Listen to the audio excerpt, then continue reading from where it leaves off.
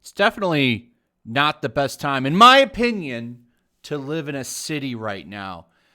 Multiple cities in California and New York City especially have really shown just how bad it is to live in one right now, particularly if you're a small business owner, stuff like that. It's definitely not the best of times in these areas. New York City has been really fascinating for me to watch because now you have like Jerry Seinfeld here. I got this pulled up, did a video on this because he talked about how, oh, you're leaving New York City, huh? Well, you're dumb. And it should be noted he owns a house in the Hamptons. I'm pretty sure he's probably holed up in his Hamptons home right now while he's wagging his finger telling people not to leave the city. Well, all celebrities, I think, are big hypocrites, and we've seen that lately. But look at some of the madness going on in New York City. So rent has stabilized, but you've got a lot of apartments vacant. That's because people are getting the hell out of there. People are dumping New York City and a lot of other big cities. This is a big problem for New York City because a lot of their economy, from what I understand, is based on like rentals. That's a big part of their economy, and people aren't moving in. They're leaving. They're getting out. You see stuff like this. Check this out. This is from a protest going on the other day. Look at all these people. Hundreds probably, right? All of them hanging out, protesting on the Brooklyn Bridge. And then you see stuff like this, which really irritates me. New York City Sheriff breaks up indoor wedding with nearly 300 guests. So if you want to go to a wedding, you can't do that. But if you want to hang out with hundreds of people on the Brooklyn Bridge, hey, that's just fine. That's A-okay. And this is some of the stuff that's probably leading to stuff like this, besides not being able to get a job. I'm sure it's tough times in New York City, as well as a lot of other places. But I thought that this was pretty crazy. Hey, let's go hang out in the Brooklyn Bridge, but we can't go to a wedding. It's just messed up to me. And here's some more stuff. I mean, you got crime going up. Taylor Swift, who I'm sure lives in a very, very nice area in the city. I would imagine that the rent in the area that she lives in is probably very, very, very high. But, even the area that she lives in now isn't that safe. But what I found kind of crazy was this. So this is the main thing that I wanted to highlight for this video. This is from the New York Times. Progressives defeat Brooklyn project that promised 20,000 jobs. 20,000 jobs. That's a lot. It's a lot of work for people. Okay. You know why that deal was shot down? It was shot down because of gentrification. What a story, Mark. This isn't the first time they've been behind this, I've learned today. Amazon pulls out of planned New York City headquarters, and they would have built a campus around it. This would have brought jobs in, okay? They got rid of that. It's the same group of progressives that were pushing for that. And they stated here, a number of state and local politicians have made it clear that they oppose our presence and will not work with us to build the type of relationships that are required to go forward, Amazon said in a statement.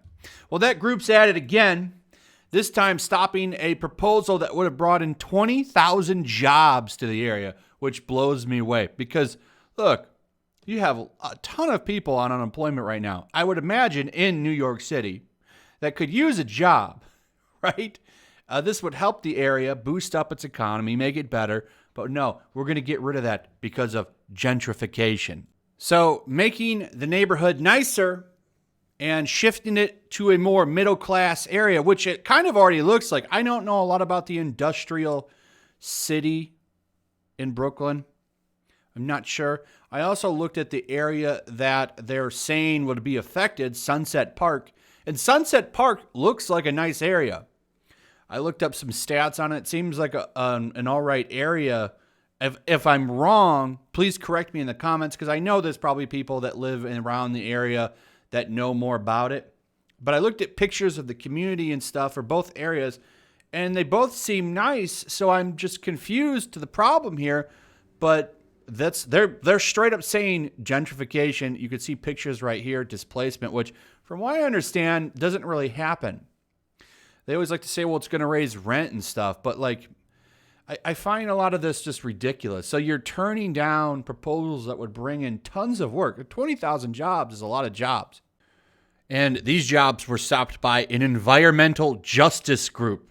So now that's the justice groups are expanding. We now have environmental justice groups to start breaking down real policy.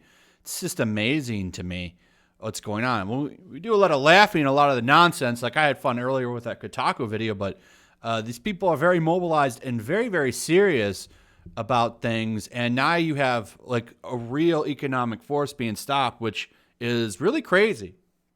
So I don't know. If you live in New York City, like what is it like there? Like how often do you have to deal with this kind of nonsense? You can't even bring jobs to an area now without having to worry about some blue-haired group to come in. And these are some with real political power. And take a look at what this would have brought in, according to the New York Times. The project, which required the city's approval to rezone the area, had been cast as a way to bring jobs to an underdeveloped industrial section of Sunset Park. And supporters argued that the city's massive job losses in recent months gave them even more compelling reason to move forward with plans to create a shopping and office behemoth there. New York City's unemployment rate last month was 16%, nearly twice the national average. But the area's councilmen said that some community groups opposed the rezoning, saying that it would be a luxury mall that would worsen gentrification and contending that job estimates were inflated. The proposed divided Democratic officials and some leaders, including Mayor Bill de Blasio and the city council speaker Corey Johnson, stayed on the fence, effectively allowing local officials to end it. So that's pretty insane. I don't know. I don't live in New York City, and I will never live in a city.